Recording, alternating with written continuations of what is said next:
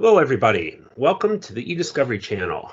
As always, I'm Rocky Messing, and here joined with Tom O'Connor, who once again, as always, has a hurricane on its way to meet him and greet him. Can you believe it? Can you believe? I looked at the thing this morning and I said, no, this can't even be real. Yeah. This thing is like, it was in the lower Caribbean. It was turning towards Guatemala. It went to Guatemala, did a 180, is now going to Cuba. It's going to come off Cuba and do a 90-degree out into the Gulf of Mexico. Again. This is ridiculous. This is ridiculous. It's one of those, it's 2020. What do you expect? Yeah, exactly.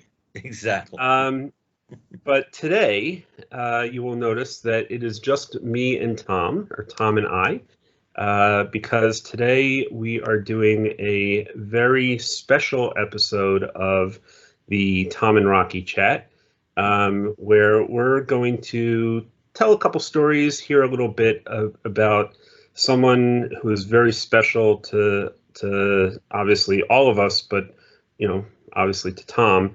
Talk a little bit about Gayle. For those of you who don't know, Tom and Gayle were married for how many years? Seemed like about 100. We were married in 1989. I'm no mathematician, so you folks will have to figure that out. But we had been together for 6 or 7 years before that, before she finally she reeled me in. She caught you. Yeah. Or more like you caught her, because yeah. Yeah. I think there was no doubt about which one was stepping up there. Yeah. There's a remarkable, I say it a lot, but I don't know if you knew Thad Warren. He worked with Shimmy. Yeah. And I got to meet him the first time at a Legal Tech New York soiree, and Gayle was there, and she's talking to me, and being Gayle, and she wanders away, and Thad goes, "Who is that?" And I said, "That's my wife." And he goes, "No, seriously, who was that?" I'm pointing to that platinum blonde with the 12-inch heels and the fur coat. I said, "That's my wife." And he looks at me, and he looks at her, and he looks at me, and he goes, "Brother, I think you outkicked your coverage there." That for sure. He was not far from wrong. Not far from wrong. So, for anyone who is not aware, unfortunately, we lost Gayle about 2 weeks ago, and we wanted to take some time to just tell over a couple stories, and Tom's going to regale us with some of her finer events and finer details about her life, her career, because a lot of people recognize that flamboyant, out there, 12-inch heels, crazy dancing on the tables, but actually Gayle was a mover and a shaker in the e-discovery industry, and we wanted to let people in on a little bit of insight about her and hear a little bit about her life and her career. So, Tom, why don't you start us off with a little bit about how when you guys met? Well, I'll let you take it from there. When we met, Gayle was a cocktail waitress at a joint. I had just moved to Seattle, and she, by complete coincidence, was working and had been there for a while at a place that was about 2 blocks from the apartment that I was in, and so it was the closest bar to where I lived. I finished the day and I stopped in the bar and have a couple of drinks, and I hated her. Couldn't stand her. She was the same Gayle, the flamboyant, and I used to drink, at the time I was drinking shots of peppermint schnapps and a draft beer, and I'd have a newspaper or something from the day, and I'm wearing a suit, I'm being Mr. Professional, and Gayle was being Gayle. And she would see me go, and I'd always sit at the bar because I didn't want to sit at a table where she would wait on me. And avoidance, good strategy. And she would yell out, of course, as soon as she saw me, "Hey, it's Mr. Hops and Schnapps." I remember saying to the bartender, "Who the hell is that?" And he goes, "Oh, that's Gayle." He's like, oh, everybody knows it's Gayle. That Yep. explained it. All you need to know. Yeah. So that's how we met. And then it went from there. But, it's interesting because this came up. We were talking about the second line that we did and the celebration of life we did for her in New Orleans. And different people who knew her knew different sides of her. Her family, of course, knew the crazy Gayle from day one. And knew that she was a professional, but didn't really know what she did or how she did it. Hang on a second. Are you picking up that noise? I'm hearing it, but Yeah. We're good. It's trash day. Yep, it's trash day. Sorry. That's just part of living in New Orleans. It happens everywhere. Yeah.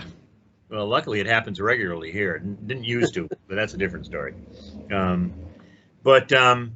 I just finished reading an interview this morning, actually over my coffee, with Bruce Springsteen and his new album. It's called Letter to You, and it's about death and the end of chapters and saying goodbye to people. And as he says, the song is called "I'll See You in My Dreams." He said he makes a statement that people are not just their physical thing. When they die, the physical part leaves us, but he really believes that their spirit, he said, the spirit is with you when they're alive. You know about people like Gayle who are full of life, who are full of a spirit. And he said, and I truly believe that some of that lingers, and you may see some of that in your dreams or somehow come into contact with it. And he said, and so he ends the album with a song called "I'll See You in My Dreams."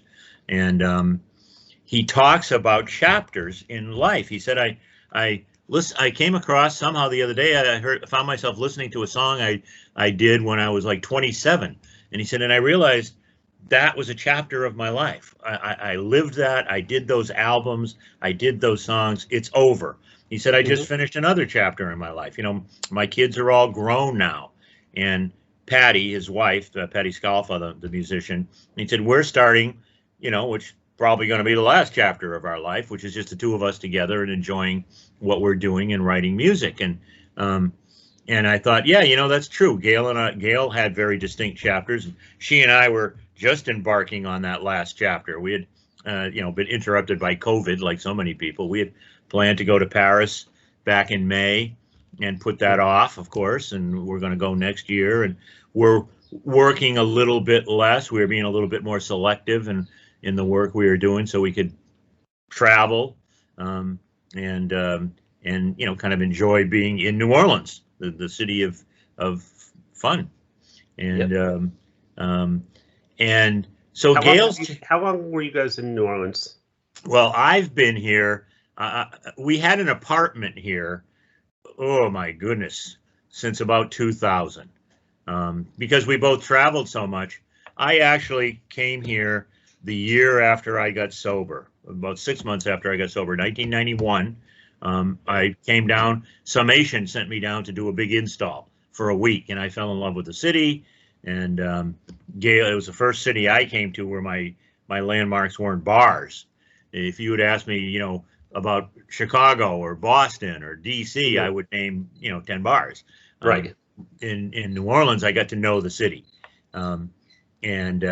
So we rented a little studio apartment in the quarter so that when we were traveling, often alone, one of us could stop and have the apartment. And then we would come down for Mardi Gras. We joined a crew, the crew of Tucks, and rode in a Mardi Gras parade.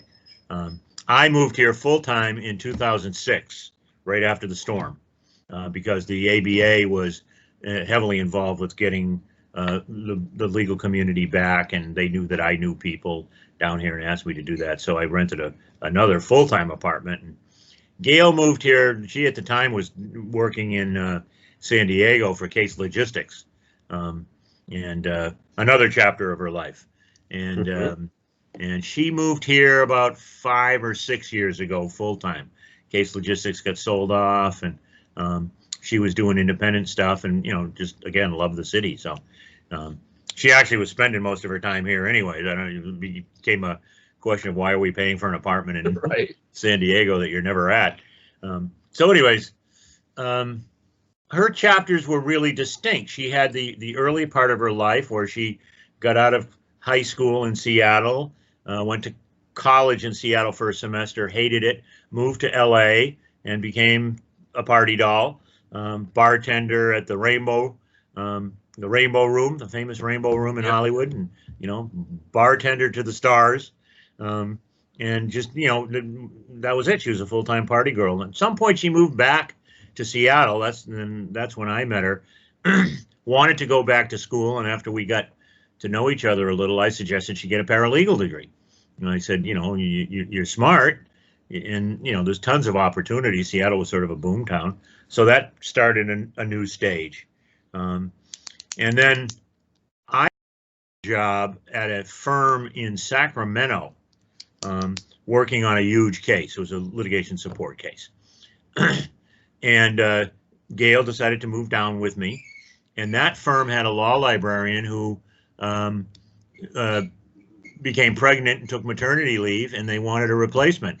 And I said, well, I know this bright young lady who has a paralegal degree, but she can certainly, fill in for you. She doesn't have a librarian degree. Well, they loved her. She, Gayle took over, and the woman decided not to come back.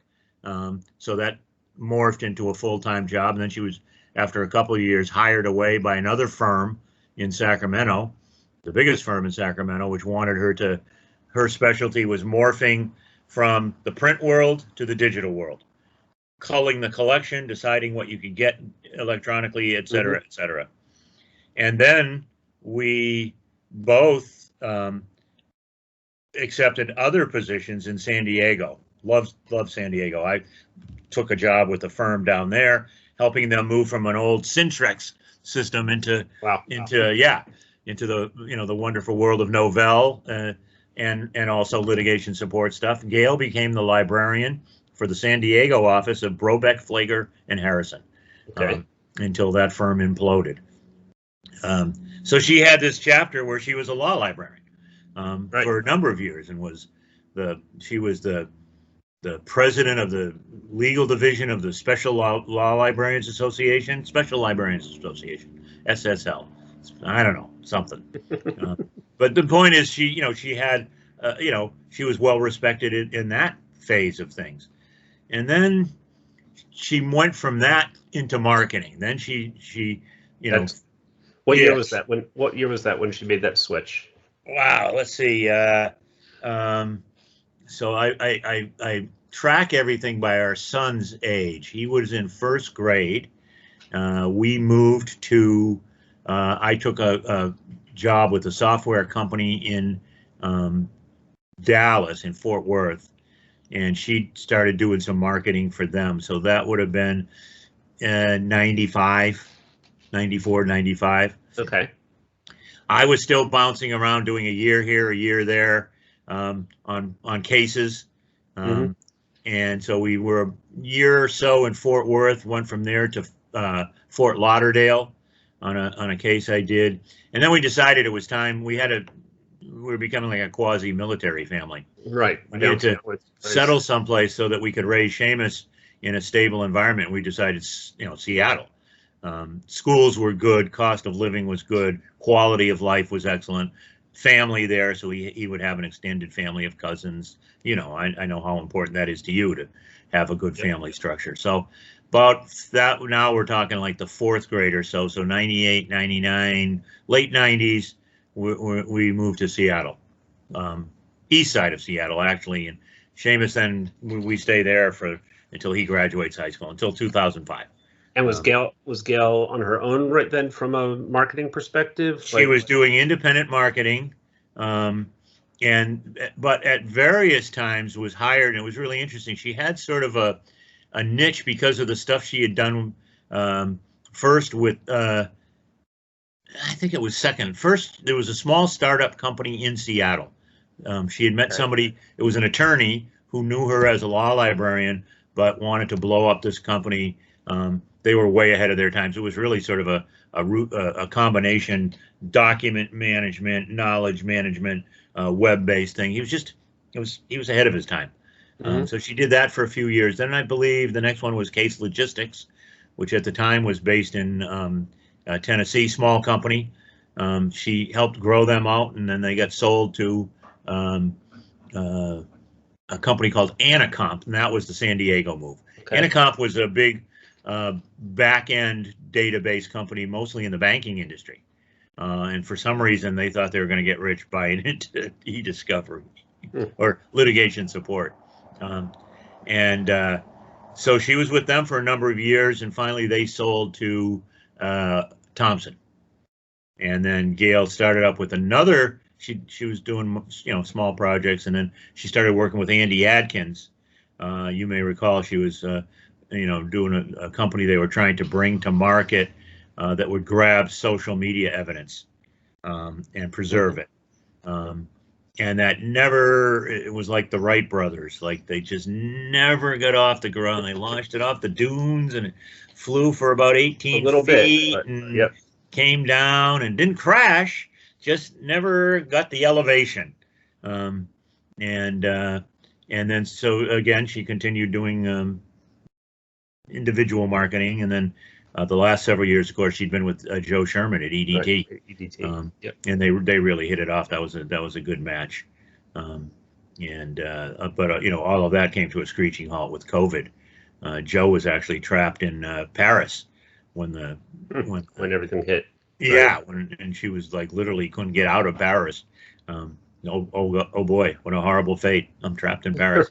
stuck in Paris with just some croissants. Yeah, it's rough. So the point was that she had all these individual stages, and what I learned when she passed, it's always difficult when you're a partner with somebody, you're a spouse with somebody, you're in love with somebody. You of course, you think the world of them, and you think the world revolves around them, or actually, I think the world revolves around me. But she was in the satellite. We had a little contention there about who was revolving around who. But I don't think it was really a question there. But no, keep telling yourself that the only question was in my mind, and it was right, and I was wrong clearly. What I found was, and of course I treasured her and valued her knowledge of the space and her ability to do things. When we did the e-discovery, everybody says, "Oh, the e-discovery channel, that's a great job, Tom." Oh, Gayle did it all. I didn't do anything. All I do is talk, right? She did all the heavy lifting, right. And knew how to market and knew how to approach things and how to get out there.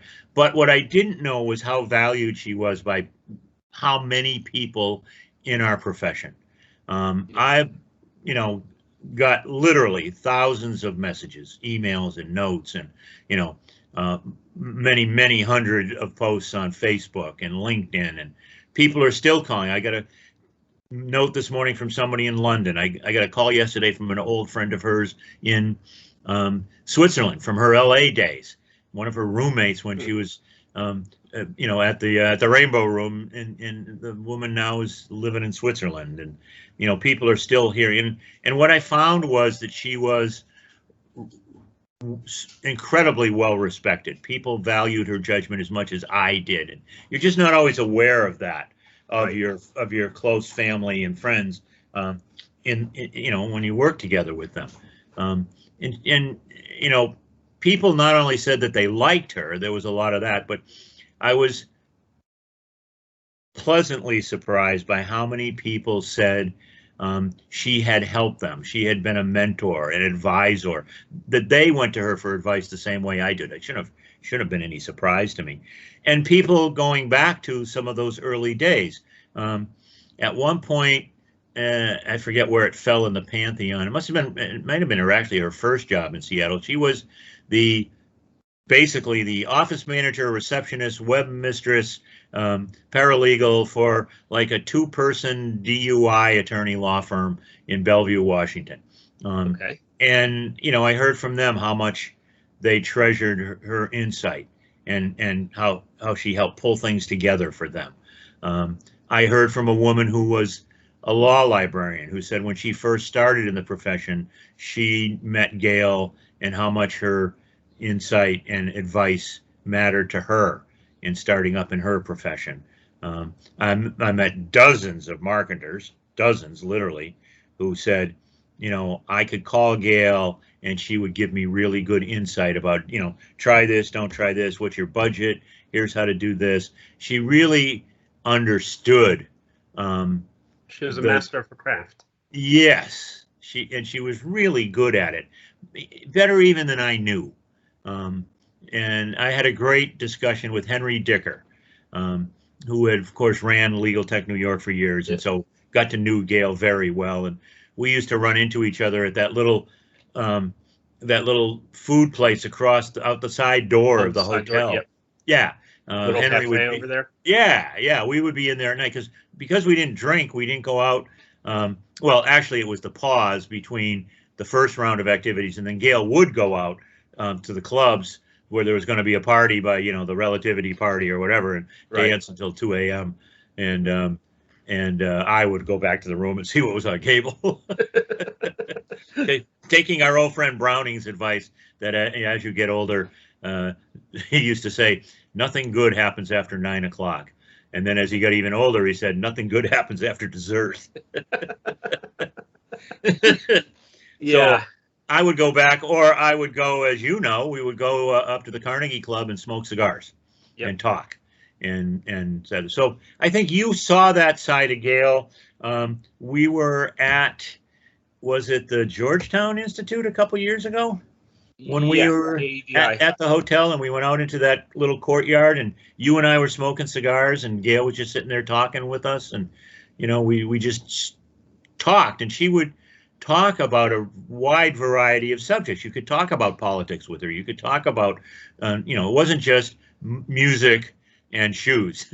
Right. You know, I mean, I thought that, like, one of the most, something that I hadn't realized, I mean, I realized about her, but like when she said it, was, you know, we were out there talking that night, and she's like, did you ever see my tattoo on my arm?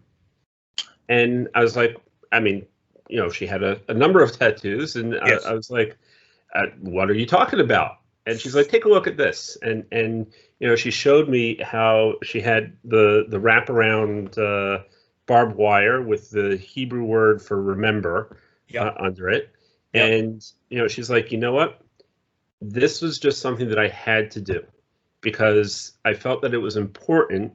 And, you know, she had that serious side to her also. It was like, it was intermingled. She managed to you know, merge the two things together, the thoughtful, serious side of her with the fun and playful side. But she had that deep understanding of people, of empathy for others. And, and you know, that just showed a great story there so clearly. Yeah, we had been at the Holocaust Museum, and this is a long time ago. I remember because I don't even remember what we were in DC for, but we had Seamus, and he was about 5 or 6.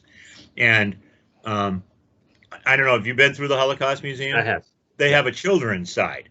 Yeah. Where they have, you know, exhibits that they, you know, are appropriate. Tailor them so that they won't freak out children. And I remember we took him through, and, you know, he was quite impressed. But as we were leaving, we came up that escalator to go to leave. And there were 2 survivors sitting at a table there talking, and I think there was a book that the museum was selling, and Gayle went over and talked to them. She said, let's go talk to them. And I said, you know, for one of the few times in my life, I'm speechless. I don't know what I would say to these people, what, you know, the enormity of what they went through and what they saw, and to come out of it. But she went over and spent a good 20, 25 minutes speaking with them. And when we came home from that trip is when she got that tattoo. It was in, I think she had bought the book, and it was actually, there was a piece of art that had the barbed wire with the dove sitting on it. And then she added the Hebrew words for remember. So yeah, things like that would affect her.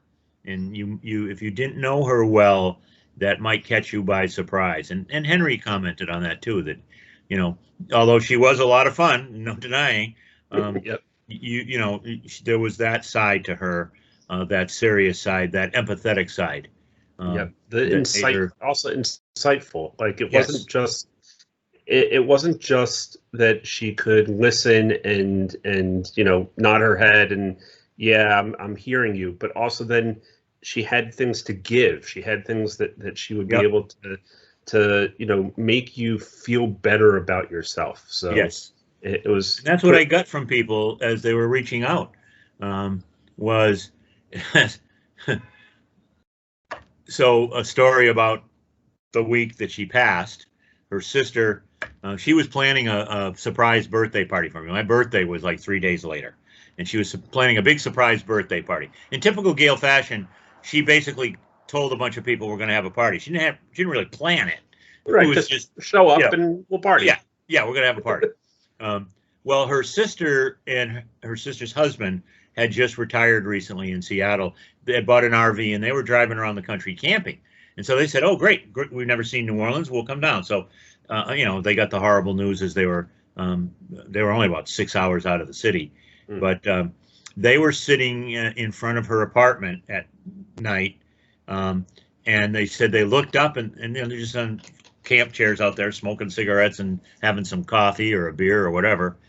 And Kit, her sister, said, I realized there's like 25 people standing in front of us, and it's the neighbors, who had seen stuff going on and had heard. They talked to each other and who were basically said, well, you got to have a remembrance for Gayle. It's New Orleans. Her house is about a half a block from, it's called the Bayou St. John. It's an old inland waterway that was used by the Native Americans between Lake Pontchartrain and the Mississippi River. They said, you got to have a remembrance and have Tom say a few words and, throw some of her ashes in the bayou, and kids, her sister's looking around like most of these people don't even really know her. Right. The woman across the street, who was like 90 years old, left a handwritten note saying, "I only ever saw Gayle to wave to and exchange words, but her spirit always perked me up in the morning. I put a smile on my face seeing Gayle out there smoking a cigarette and having coffee." And as we're talking about that, a UPS truck pulls up and the guy delivers something next door. He comes over and says, "I was really sorry to hear about Miss Gayle." Right? Wow. Yeah. 2 days later, there's a knock on the door. I'm at her place. There's a knock on the door. A guy is passing out flyers that they're going to be filming an episode of CSI New Orleans 2 houses down later that week. And they're just letting the neighbors know and blah, blah, blah. And I had parked her motorcycle out front with a picture of her on the windshield, and people were leaving flowers. And he said, what's with the motorcycle? That picture, that woman looks familiar. And I said, "Oh, that's Miss Gayle. She lived here, but she died last week, unfortunately." He goes, "Gayle, yeah, Gayle, the motorcycle. I know her." He said, "I've been here for about 6 years. I'm from St. Louis, but I came down to help film on Treme, and now we're doing CSI." He said she was an extra in some bar when there was a bar scene with a band. Really? Gayle would always sign up to be one of the extras, dancing in the front of something. He said, "Oh yeah." He said, "I bet I met her 8 times in the last 12 months, wow, filming these little scenes." And so her sister turns to me and said, "Did Gayle know everybody in New Orleans?" I said, "Well, yeah, well, she didn't know them. They probably weren't worth knowing." People were driving by and stopping to say something. That's just, her brother said at one point, Gayle never met a stranger. To your point about understanding people and really feeling about them. She would meet somebody and they would become a friend. And even if it was a 2 or 3 minute meeting, they would, she would touch them. I wasn't surprised, but reading, some of the comments on Facebook and things like that, you saw just how many people were like, "Yeah, I only had an opportunity to meet her once," or "I only, met her in passing, but I still felt she just had that way of making you feel like you were someone, you mattered." Yeah.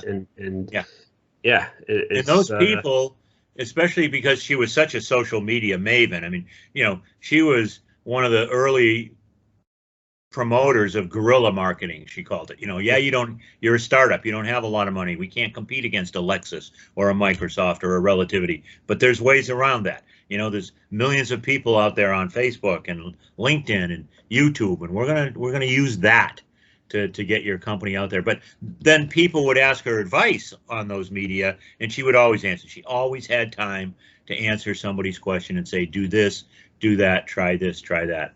Yep. But saying that reminds me, I made a note that said the chapters, the different styles. One of her best friends here in New Orleans actually was a friend of hers in the biker community in San Diego and moved here because her mother got ill about a year after Gayle did. So they remained good friends. And she said they would go out, get the motorcycles out, go to a club, listen to a band, dance, and the woman would say to her, well, Gayle, what did you do today? Well, I had to do a webinar, I was on this call. Well, what do you do? And Gayle would go, hey, I'm off duty, right? I'm punched out, right? We're here to listen to this band. We're here to get gumbo. Yep. Take the time, I don't want to talk about that. For yourself. That's right. That part of my day ended at 5 o'clock. There was a great picture of Jimmy Buffett a number of years ago. He was at Jazz Fest. He had actually flown his private plane in because there's a particular gumbo that's sold at the fest. Jazz Fest is about food as well as music, and there's like a pheasant, quail, duck gumbo that he loved.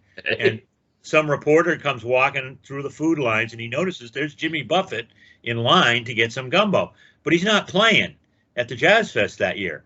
And the guy goes up and says, Jimmy Buffett? And he goes, yeah.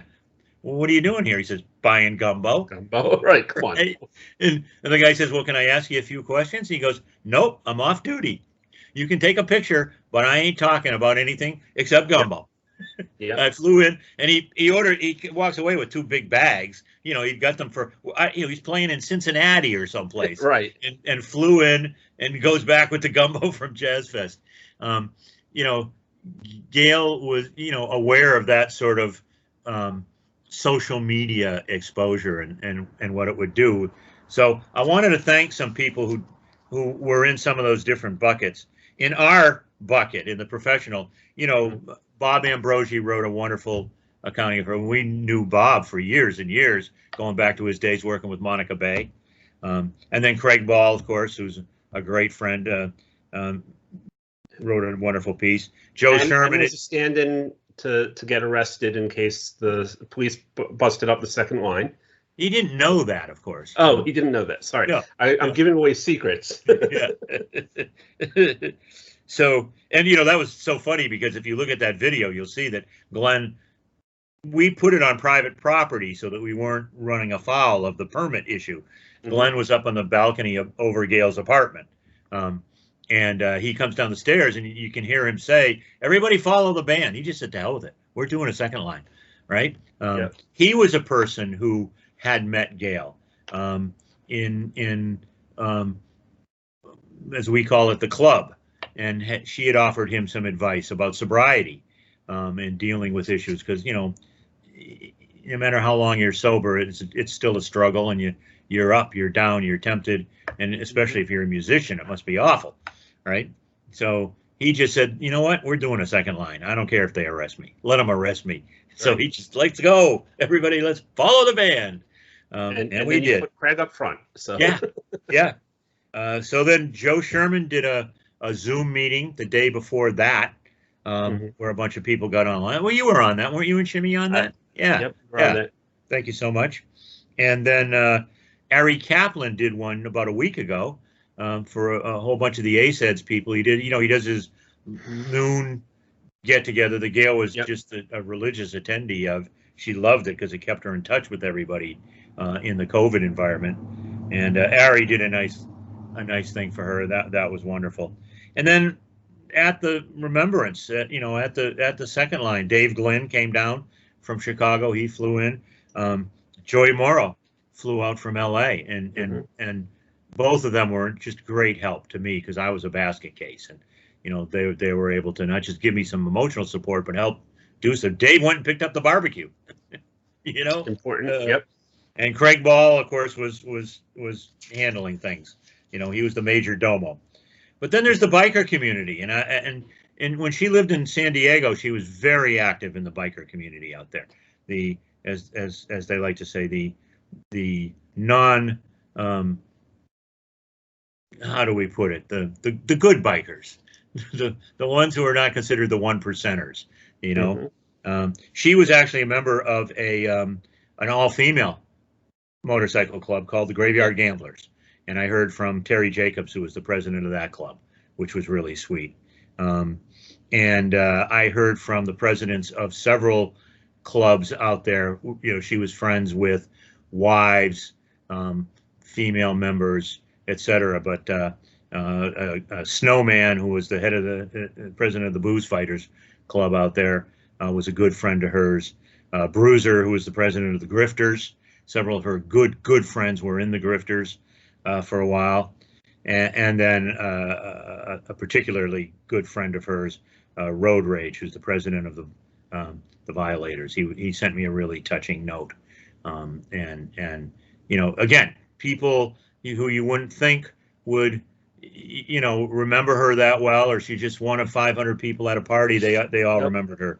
And then her friend, I mentioned her friend who moved out here, Lorraine Arejo, probably butchered that name, but Lorraine is a good friend of hers. And then locally, Renee Harnell is the writer of Thunder Roads magazine, which is a big thing. She did a biker tribute for Gayle at a club the day after our neighborhood thing, and they're taking a whole bunch of her clothes. They're going to auction them off, and we're giving the money to Grace House, which is a local recovery home for women only in recovery.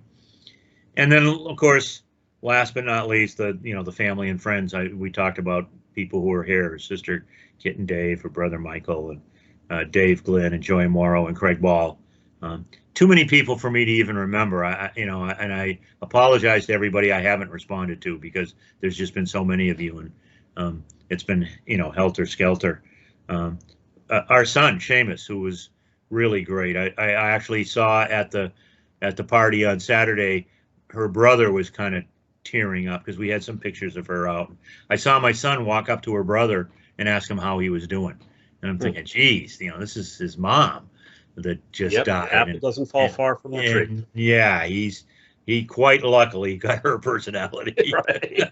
The boy will go. The boy will do well with Gayle's you. personality and looks, I might add.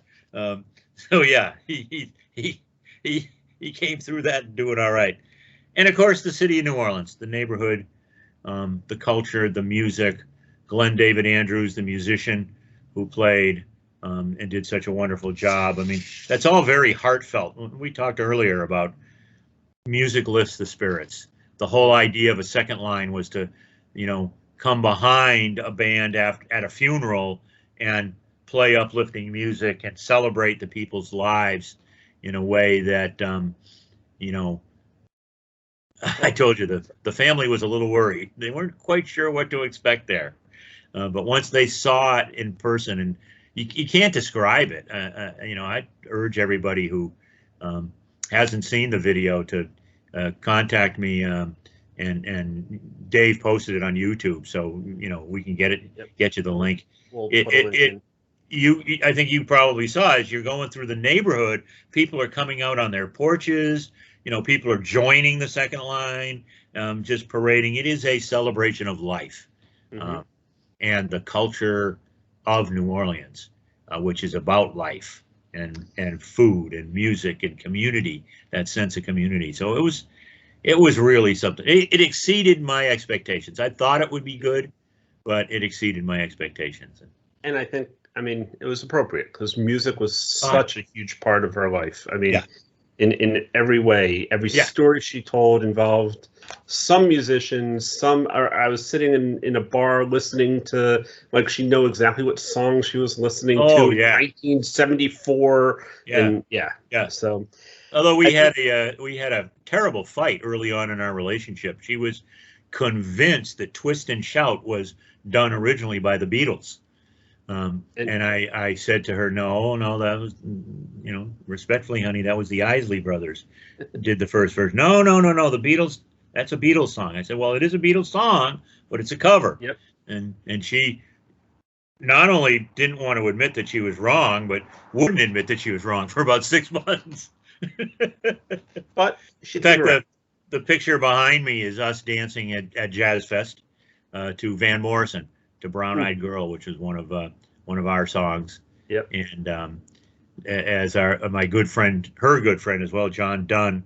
I told John when we get down to all the Gayle clothes, the vibrant outfit, I said, actually, I'm taking them and bringing them down to your store, and you have to buy them back because you've sold her most of those clothes. Right. John said, Gayle's spirit that spirit that Springsteen kind of referenced. He said, that spirit's going to stay in New Orleans until there's another jazz fest. She was so in tune with fest, and I would do the crawfish out front, and people would come from all over the world. And we had people as diverse as Craig Ball and Judge Grimm out front eating crawfish too. Yep. Folks from St. Louis, from Paris, from Morocco, a whole group of women who she got to be friends with from Canada who came down. I mean, it was just remarkable. And so my friend said, John said, till you sprinkle her ashes in front of the main stage at the next Jazz Fest, she's not going to rest. She'll be bugging you. So we're going to do another. We're going to do a real second line at the next Jazz Fest. I'm going to go and get a permit, and we'll have a big brass band, and looking forward. We'll send her off again in style, because she did love me. You're right. Music was the hardest part of COVID for her. We get so used here in New Orleans to, I had a bad day. Hell with it. I'm going to go down to Frenchman Street, little street outside the quarter, where there's about 10 clubs, and just listen to music for a couple hours. Yeah. I'm not making a night of it or anything. I'm just going down to listen to it. Yeah, 7 nights a week you could go to dozens of clubs and hear music, not to mention stuff on street corners and in your neighborhood. And right. Somebody said once, I think it was Ben Jaffe, who owns the Preservation Hall. His parents founded it, and he runs it now. He said, the great thing about New Orleans is I leave my window open, and I go to sleep listening to music, and I wake up listening to music. Yep. Music is a rhythm of the city, so that bugged her, I think, more than anything else. She was a part of it. Yep. So. Yep. Well, Tom, thank you for telling us a little bit more about her, and having the opportunity to remember Gayle. And I think for sharing. Before Thanks for having me. We've got 2 minutes left, but let me ask you. Yes. If she was a guest here and we had to ask her, who would she have wanted to spend a day with? Bruce Springsteen. That's easy enough. In our business. Okay. If she could spend a day with anybody, it would be the boss. Absolutely. Be the boss. Yep. Did she ever have an opportunity to meet him? No. Never got to talk to him. Got to meet several other people, and a whole other host of stories we can tell about people she met. Front row at the last shows at the old Giant Stadium, Meadowlands Stadium. Okay. She went. We were at Legal Tech, and they were doing shows, and she jumped on the train and rolled over, and got herself a ticket from somebody out front, and next thing you know, she was up front, like waving to Bruce, but never got to have a conversation with him. She would have loved to have talked to him, and she would have talked to him about music. I mean, they would have had a good discussion. Yeah, that would have been fun to be a fly on the wall for that talk. Absolutely.